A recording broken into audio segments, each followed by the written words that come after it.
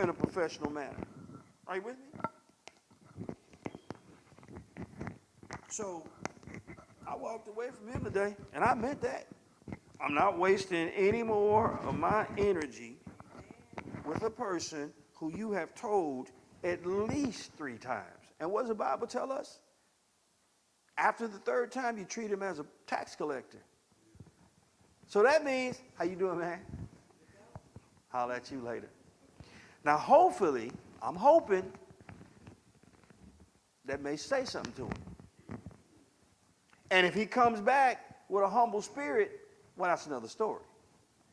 But if until that happens, I'm going to find me somebody else to pour into. Because he ain't hearing it. He's not hearing it, which is fine.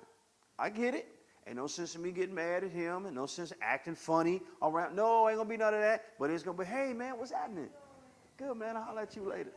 When it used to be, come here, man, tell me what's going on. Tell me about your grades, right? Tell me what's going on, right? How can I help? What can we do, man? Can we? Oh, ain't going to be no more of that. Because why should we cast our pearls before swine?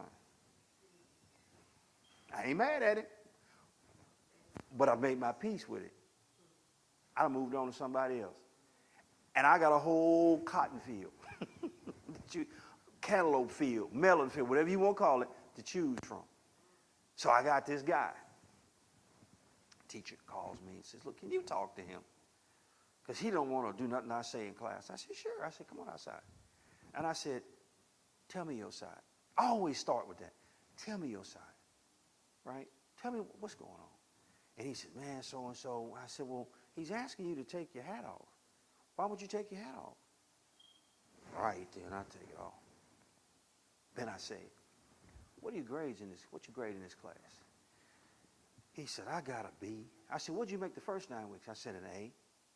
I said, tell you what, if you go in this classroom and don't get that man no more problems, and you make an A in this class, I got a $20 bill for waiting on you at the end of the 9 weeks. That ain't a whole lot of money, but it is if you say that to 3 or 4 different people. See, I got me 3 or 4 of them like that now, right? And he might think, oh, you're buying grades. I'm not buying anything. I'm encouraging. I bought a bunch of goods here, and I keep talking about what I'm doing because I'm trying to tell you, how we going to reach these folks. I went to Sam's, bought a bunch of stuff, stuff that they like, and sure enough, riding on my bike yesterday morning, and some folks got there late. Bus came. No, see, they missed the bus, but they refused not to come to school, so they got somebody to bring them. But they're late. Cafeteria closed. They knocking at the door. People say, we ain't got no more food. What, y'all supposed to feed us? I said, oh, come on. Come with me. I said, oh, come on. Because, see, that was confusion. Come on. Come with me. Well, Dr. Green, I did it. I understand that. But come on. Come go with me. And they ate like kings. Honey buns. They did, but they were full. Sunny Delight, got one of those. Got some of those Cheez-Its. You get 50 in a box now. You can get different. Oh, they left out of there happy.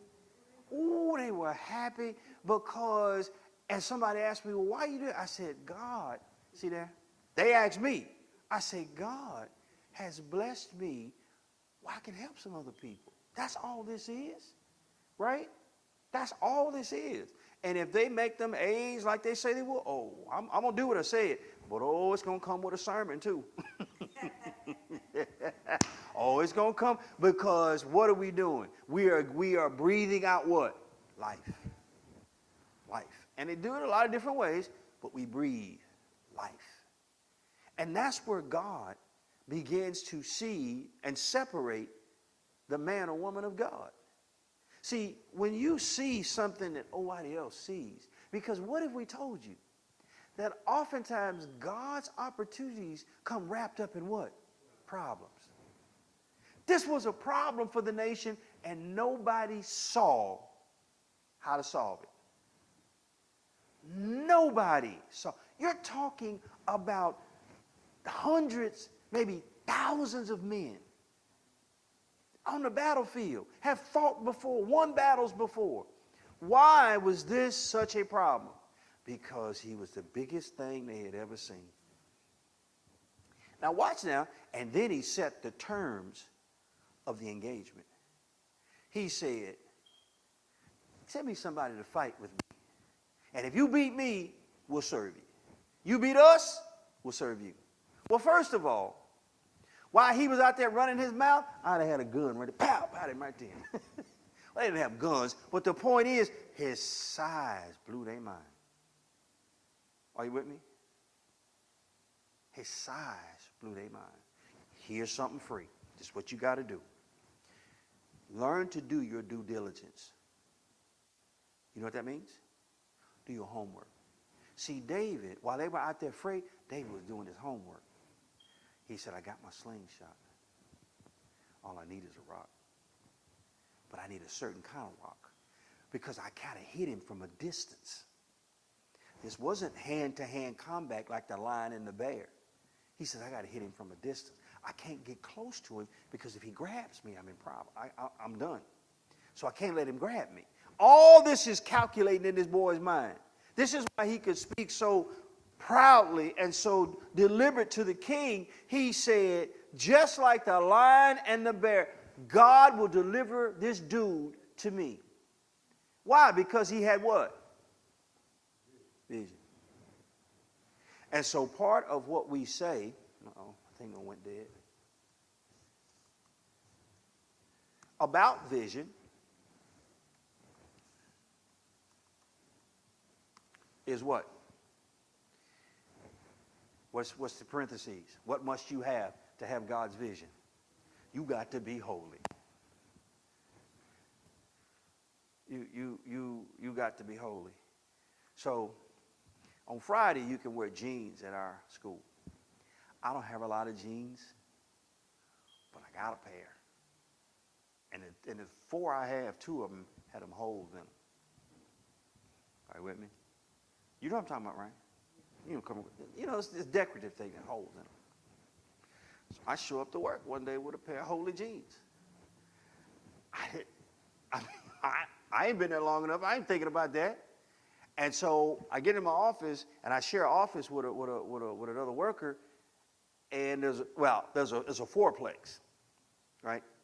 So we all kind of, and one of them said, "Ooh, Mr. Wells is gonna get on you." I said, "Why?" He said, "'Cause you got holes in your jeans." I said, "That's a problem?" He said, "You don't wear jeans with holes up here." And I said, "Well, holy jeans for a holy man."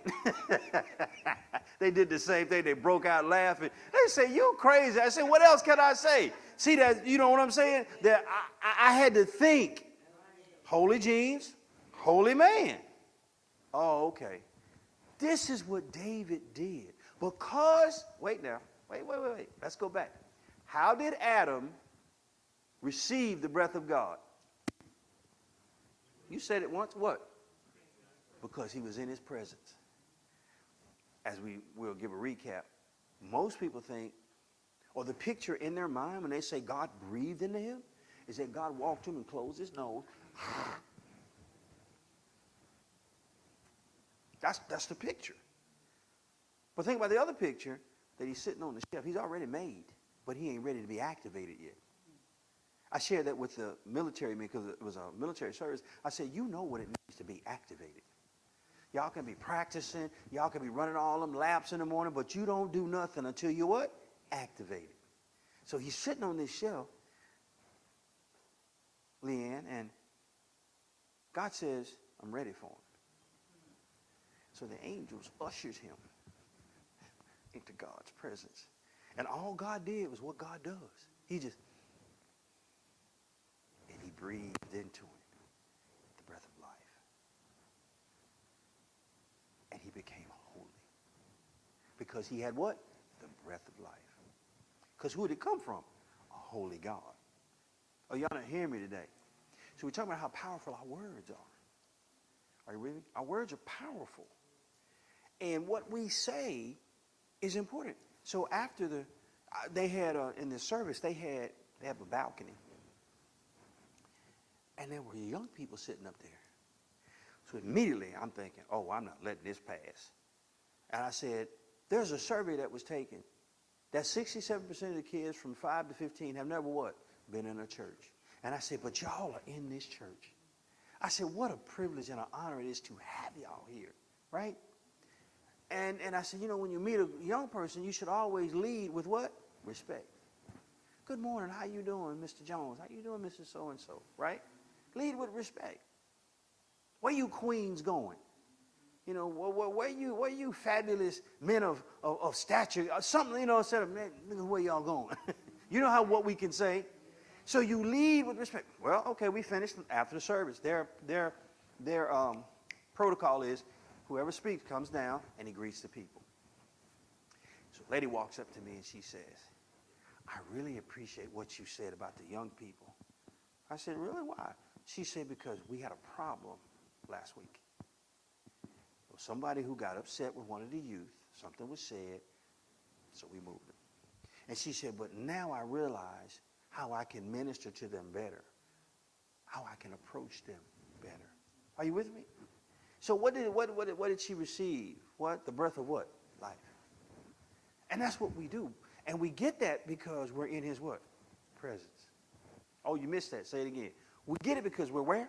In his presence. And you can tell those who hadn't been in his presence. They've been in somebody else's presence.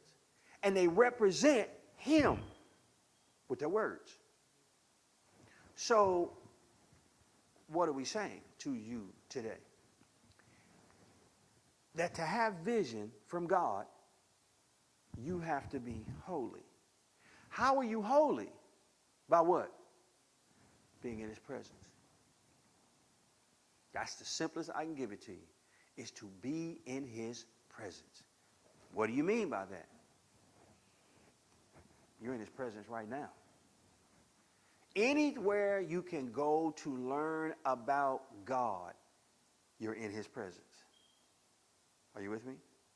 Because naturally we don't know about him. We know of him, but we don't know him. The only way you're going to know him is by getting where? In his presence. That's in anything. That's in any relationship. You're not going to know. Look, this mail order stuff, marrying people over the mail, all that kind of stuff, they don't even know each other. Those marriages don't last because they've spent no what? Time with each other. They've not been in each other's what? Presence. They don't know each other. So being in his presence is, and once you're in his presence, that makes you what? Holy. Because you're holy because you have received his what? Breath. And when you speak, you give what? Breath. You give life. You give life. So when we look at this verse one more time, it says, and David said, in addition to, or in continuation of, or in summation of, the Lord that delivered me out of the paw of the lion. Who he say delivered him? And so listen at his words. He's telling him, making declarative statements. In other words, he's saying, I know what I know. And no one can tell me anything different. Because I've been in his presence, I can speak for him about what he will do. I could see if he just hung on what God did. Well, God delivered me, 20 years ago. And that's it. That don't get you the job. What got him the job was, and he'll do the same thing to this dude right here. Just give him to me. Let me have it. You're talking about a 17, 18-year-old boy. And he says, the king, let me have it. Are you with me? All right, let's take it one step further. Because if we finish that verse, it says, and out of the paw of the bear, he will deliver me out of the hand of this Philistine. So when you have been in his presence, you can speak the clarity of him. When you've been in his presence. He's not some sort of miracle worker where you clack your heels and turn around and throw dust up in the air. You're able to speak declarative for God because you've been where? With God. Are you with me? When you've spoken that way, there was a guy. When I first started coaching at Parkview, first year I was there, our best players were freshmen. And so Dad walked into practice one day and he said, "Where's the varsity?" And I said, "This is the varsity."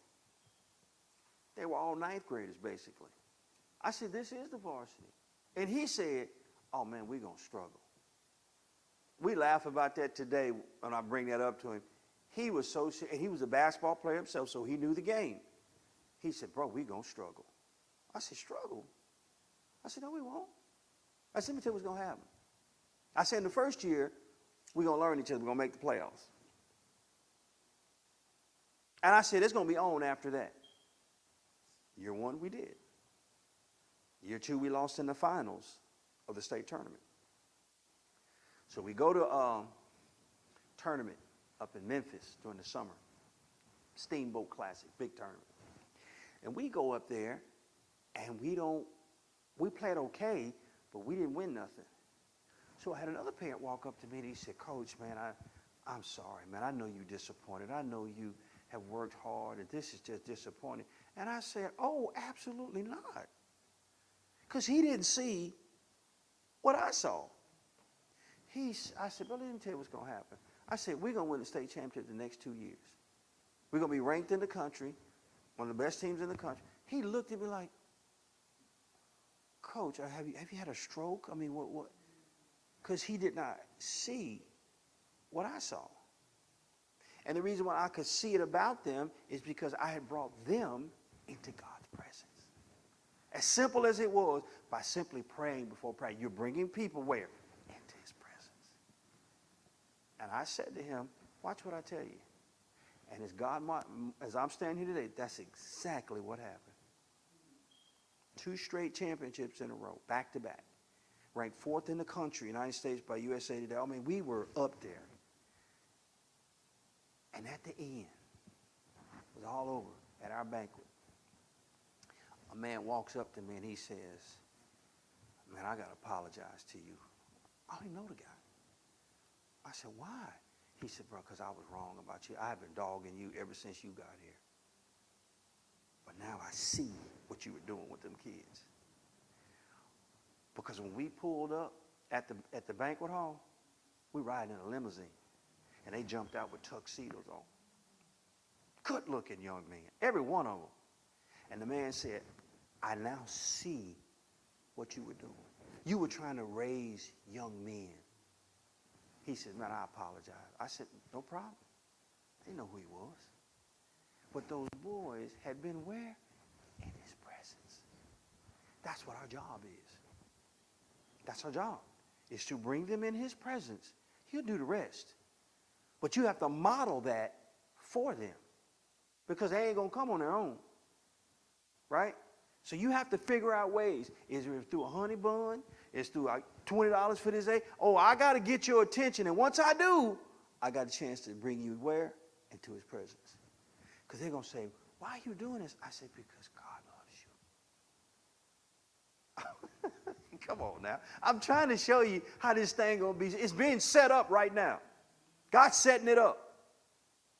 He's setting it up. Why? Because if they get in his presence, oh my Lord, if you can get some young folks in his presence, because see, they'll show you how to worship. Oh yes, they will, because they're free. They ain't worried about who look. They understand. They sense his presence, and they're hungry for his word. This is why, as we close, we got to get ready. See, we weren't ready 2 weeks ago when we had a little bit of disturbance over here. We weren't ready. And guess what we did? We crawled back into ourselves. Listen to me good now. I'm watching this whole thing, and I just kept preaching because I figured that's going to be the best thing. I didn't want to address that unless it just got too out of hand, right? But we're used to what? Everything being what? Decent what? And in order. That's what we used to. That's why you acted the way you did when I wasn't here. Because you know what it's like to be what? Decent and in order. It was a little off. But what did God do? He touched the heart of a young girl that's not even a member here. Walks over and asks her, do you want to go in the back where we can play? There he went. And whoever was not wise enough to construct this church, she heard the message back there. So it wasn't like you was getting her out of the word. You just put her in a place where she was more comfortable. Right? And then I heard it happen again Sunday. And she just eased on. This is what I'm hearing. I wasn't there. Right? And the little girl, like she was waiting on her. And they go in the back. So what is God telling us? He said, be prepared because everybody coming in don't have your structure. Don't judge them. So again, when they come walking up here, maybe in short pants, that's all they got. Are you with me? Some of these young folks that's going to start coming, that's all they got. Oh, fine. All we want you to do is get where? In his presence. See, that's what we're talking about in leadership. It ain't just me, it's all of us. Are you with me? That we want to bring people into his presence. And let God do the rest. And if there's some teaching going on, that's critical. That's critical that we teach. That's why we added Sunday school on Sunday. Right? That's why we added leadership on Wednesday. The sacrifices you're making to be here now, it's nighttime, whatever, but you're hungry for God. And you love being in it because I'm assuming you getting something out of all this. You learning some stuff like, well, okay, yeah. Next time old boy come at me crazy, I know who presence he been in. Okay, so what do? The lion and the bear.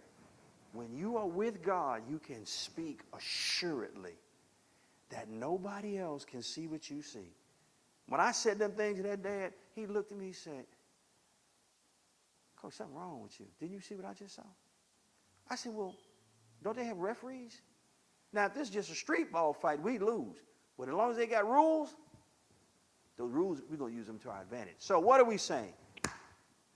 As a leader, and my system keeps closing down. So let's look at them one more time. Let's look at these one more time. A servant. Humility. Possessed with the Spirit. Executes with fidelity. Righteous. Honest. Vision. Holy. And what makes you holy? You got it. It's not about whether you drink or not. It's not about whether you smoke or not. It's not about whether you're wearing the right clothes or not, or your hair is long enough. What do we say you need to do? What's our motto? Be where you're supposed to be. Doing what? Doing what you're supposed to be doing. That's how God taught me about holiness. Because I kept thinking, man, is it what you wear? Is what you where you go? God said, why don't you just start being what you're supposed to be? Do that. I'll take care of the rest. Questions, comments, examples. Give us a few as we finish what we're doing. Please.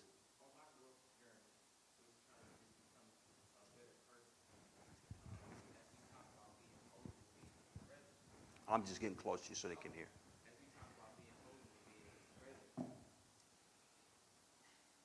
I wouldn't say it's a problem, but like let's just say I come to church on Sunday, right? Mm-hmm. Monday I be good. Tuesday I start getting a little back to old ways.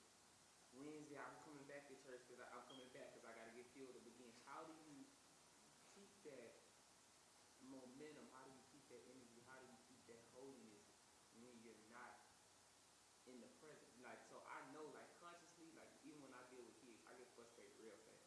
So when I'm dealing with kids and I might say something that I know I'm not supposed to say, I sit back at my desk and I got, okay, hold on, I gotta breathe, I gotta breathe, I gotta.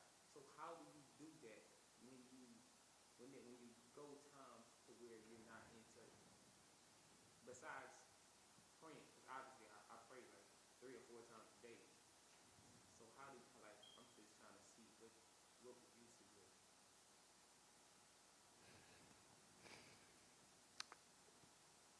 So instead of gaining momentum, you're losing momentum Mm-hmm. Monday and Tuesday. And then come Wednesday, you feel it again. Mm-hmm. What did Jesus say? You can't put new wine in an old wineskin. And so everything that you do now belongs to him.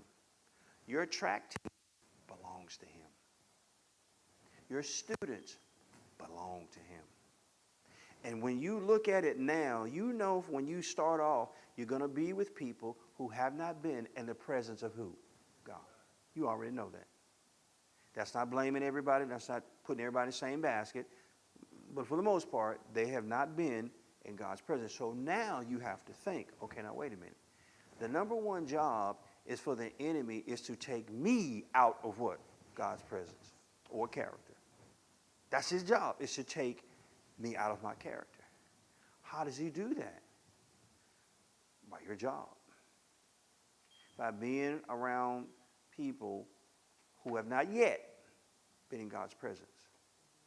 You got to see that going in. You got to have that understanding from the very beginning. And because of that, you have to have markers in your life. Guideposts, if you will. Here is some of the markers I use. There's a kid that won't do right in our school. Simple thing. They like wearing these medallions, right? You know what I'm talking about? You ever seen them, big medallion? And the rule is you can wear it as long as you wear your ID. Around your neck, can't be in your pocket. Well, I've got this rascal, he just won't hear me. He won't do it. And I recognize why he's doing it. That's his spirit. Disobedience. Well, I could approach that a couple ways, but you know what I've decided to do? Leave it alone. I need to go to a higher authority than me. Right? I'm an assistant principal. He's not hearing me. Fine. I need to take him to the next authority. Explain my case and say, this is what I think needs to happen. Right? So what am I doing? I'm not engaging in that because I can't win. I already know he ain't hearing me. So why would I engage that? That is a way. You remember them pools they used to have where you had to sit them in your yard and put water in them and you got to blow them up first, right? And when that little thing came out, the water came out. But as long as you could stuff that thing back in, that little flimsy water thing stayed in there, right? Well, that's what's happening. You got people pulling your plug. So your water comes out. And your spirit comes out, right?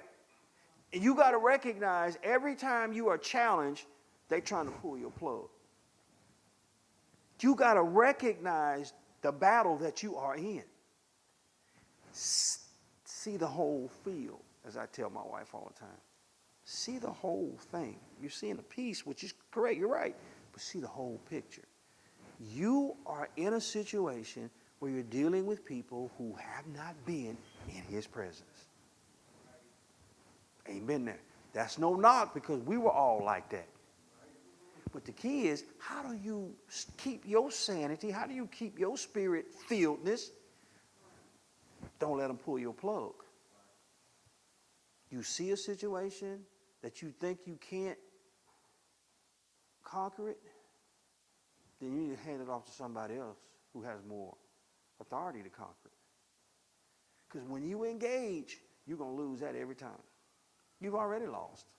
Because that's what they want. And they don't know it oftentimes of their own knowledge, but we all are being led by some spirit, one spirit or another. So you have markers. One of the markers is don't engage in conflict. I run up on somebody now, want to do it. I say, oh, okay. Good seeing you. What a joy. I already know. I'm finna get you. How I'm going to do it? I'm going to turn it over to somebody else. Are you with me? Because I can't get, I'm going to lose that fight if I fight that on his terms. I'm going to lose. Because I refuse to curse back. I refuse to threaten back.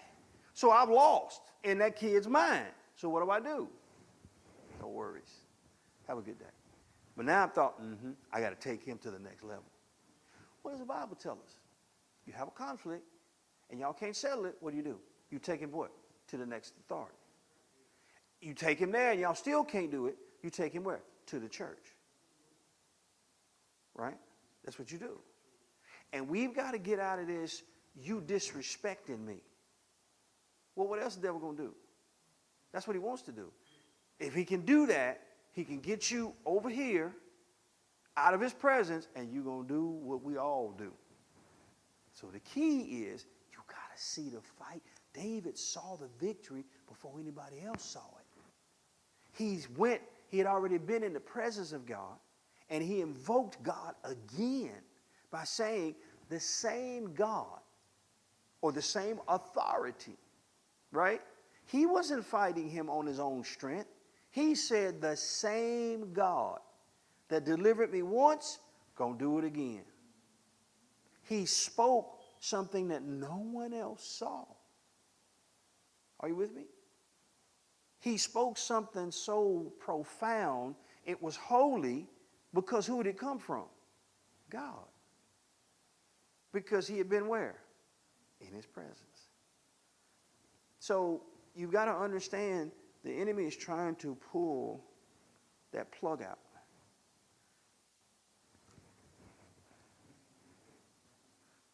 And you see yourself. And you hold it on. Ain't nothing you can do. Until you do what? Plug it back up. Plug it back up. So how you keep from getting unplugged? Don't fight them on their turf. Because if you do, what it's going to do is to retard your growth. God has more for you and you and you if we don't stunt our own growth. But it's all based on growth, maturity. As I told you about this young man, he's not mature, so I got to let that go until God does something different, whatever. But I ain't wasting no more time on that because it's just crazy the stuff. He's just profane, ugly stuff. You know what I'm talking about? Just ugly, loud stuff. And he's laughing with it like it's funny. It's not funny. So I just decided, all right, I can't win that fight. So I got to move on. Because if I get engaged that, he called me something, and my job. No, you ain't getting that. So it's better for me to disengage than to engage and do it with a smile. But at the same time, I'm saying, oh, I'm taking him to the next level of authority. That's what the church tells you to do. The Bible says. Oh, I ain't going, he don't want, fine. That's good. Everybody gets what's coming to them. Everybody does. Nobody gets away with nothing. And you're out there giving out these words of life and they not hearing it. Okay. That don't mean you stop saying it. You could. You could. But I'm putting the words of life into a vessel that has a hole in it. So it'll never stay. So we're really going to find out tomorrow. Well, I won't be there tomorrow because I won't be there tomorrow. Come Monday next week, we'll see. If he comes back around, and you know how they do sometimes, you don't really know what to say, and just come back around and just kind of, okay, what's up, Doc? Oh, now maybe we can, re-engage. But it's going to be on the terms of God, not his. It's going to be on his terms. So, markers. Now, while you're at work, let's get to one or two, because we got to go. Y'all got to start practice. What's a marker while you're at work? you're doing it now. I don't think you realize it. Well, I think you do realize it. You realize since you've kind of made your profession public, guess where you're at most lunch periods now? Your lunch periods. Well, your off period, not your lunch period, your off period. When's your off period? 3 o'clock. And that covers what? Lunch, right? Where are you now during lunch? Mm-hmm. And who are you around? Mm-hmm. Who else are you around?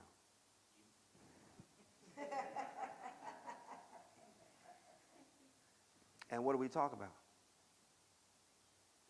Everything.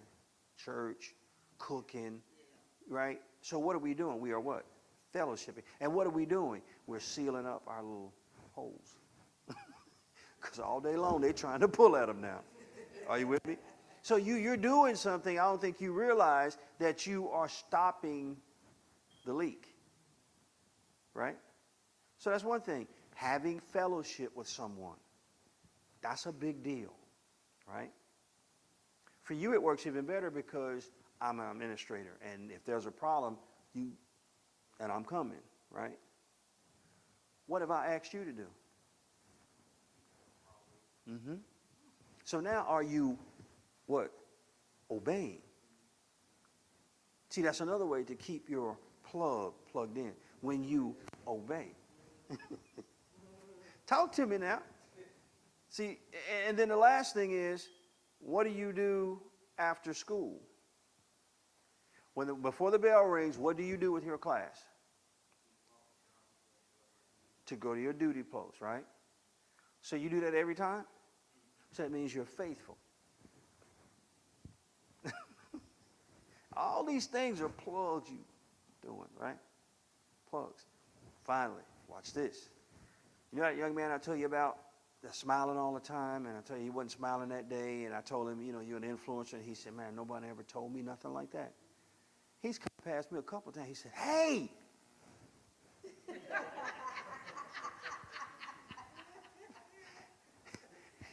He said, hey, Doc. Because I'm finna get out of my car. I'm focused on something. And he says, I don't care what you're thinking about. Hey. And then we start doing this each other. Plugging in. People plug into you to draw strength from you, right? They plug into that smile. And I never realized how big that smile was. He said, hey. So the last piece is, you got to learn how to smile, even in the midst of turmoil. You just, because they don't know what you're thinking. They can't know. But when you, they got you then. But when you smile, is that right? I'm about to choke you. You have no idea. I'm about to choke you to death. They have no. So what? That smile radiates the breath of what? God. And when they see it, they don't know how to respond. So guess instead of them doing this, they start backing up because they don't know what that means. So again, start showing them 72 you got. 70. Oh, how many teeth in people's mouth? What is it? 32. It's 32? What did I say? Yeah, it's 32. What did I say? 72. Oh my goodness. You get the point. That's your most powerful weapon is your smile. And I'll tell young ladies, I know a couple of them, I say, hey, you're not smiling today. I saw my girl who I gave the $14 to. I saw her today, and she was kind of walking like this, like she normally do. And we met eyes. Immediately, here she come. I don't know if she's doing it because she's looking for another 14. I don't know. But she came and she hugged me. Now, this child lives in a foster home. She probably ain't getting a whole lot of that. Are you with me? And then when I see her, I said, hey, precious, what's going on? You good today? Yeah, I'm good. You sure? You need something? I'll get it for you. No, I think I'm okay. I'm good. And she just kind of leaned her head on me. I said, oh, my God. See, that's what I'm talking about, this victory. Now, I ain't got it where I want it yet.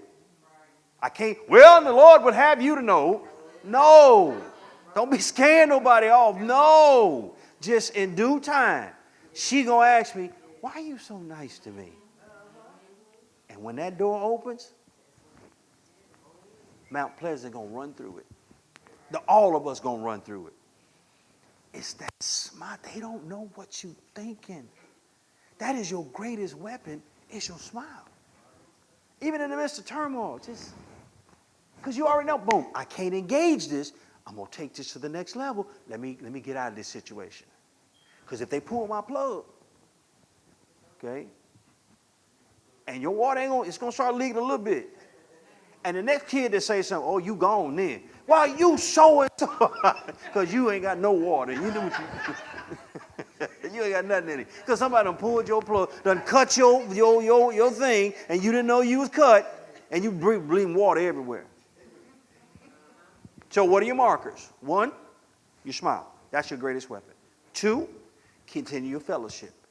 3, be obedient when authorities ask you to do something, because there's a reason why I'm asking you this now, right?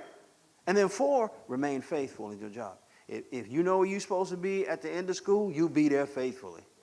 You be there faithfully. And God says, look at my child. And you leave a day, and you ain't as wore out. Then you go to your practice. You can spread life by teaching them life. How to obey authority. That's their biggest deal. Because guess what? They've never won at nothing before. They've never won at any, they don't know how to win. They don't. They've never won. They've never tasted the joy of victory. So they don't know. So what do? They quit on you. They stop coming to practice. You know how this goes? They stop showing up. I observed the teacher, and this is my last one. I'm full of stories. So I observed the teacher the other day, and she is as scared as everything. Oh, she's scared, man. And you can just tell she walks on eggshells around them. And when I observed her, I said, now look, I think you need to do this. You know, start grouping your kids more. Let them sit in groups, let them talk, share, and they can start teaching one another. And she said, well, how do I get them motivated? I said, dear, food is the greatest motivator. You bring some snacks up in here, and I promise you, they gonna act right. And she said, really? I said, yeah. Food is the greatest motivator because everybody has got to have it. And many of them don't have it. Food. She said, I never thought of that. I said, well, that's why I'm here, because I've lived that, right? So you bring a little bit of reward into that classroom you're dealing with, you'll be okay. Just look, especially with your skill set, you got snowball trucks and there it is. You know what I'm talking about, right? There it is. We both been, there it is right there. There it is. You know what I'm talking about, right? Mm-hmm. And we put both of them together with your skill set. Man, you walk up there, man, with a sausage sandwich. 2 of them in your hand. And you open that thing up and say, all right now, first person to finish all this stuff, get this sandwich. I promise you. I promise you. And I'm telling you as an administrator, you can do it. Just more. They don't know. Think about it. They're still children. So what does a baby want to do? Eat, sleep, and go to the bathroom. That's all they want. They don't know no better. So you have to use that to motivate. I mean, that's what I'm doing. Oh, I made me all kind of friends now, right? And it met their need when they needed it the most. When people say, man, we hungry. Hey, some of the kids probably ate in a couple days or ate since lunch of the last day. Can you imagine what hunger would do to you? And you there and you met their need, right? I got up one morning. I've been trying to get to this donut shop over there by Struma. Oh, my, you been there? Oh, my Lord. I'm trying to tell you right now, them best donuts I ever had. They're a cross between Mary Lee and Krispy Kreme. They're a cross between them. They're right in the middle. Oh, my goodness. Woo! So I came to school one day. I can't ever get up early enough to go get them. I'm a coward. I admit it. So I left school for something. I said, you know what? I'll get some of these donuts. Man, I come up in there with 2 boxes of them. You know, then I came off, right? You got some of that, didn't you? Wasn't that donut good? Oh, right on time.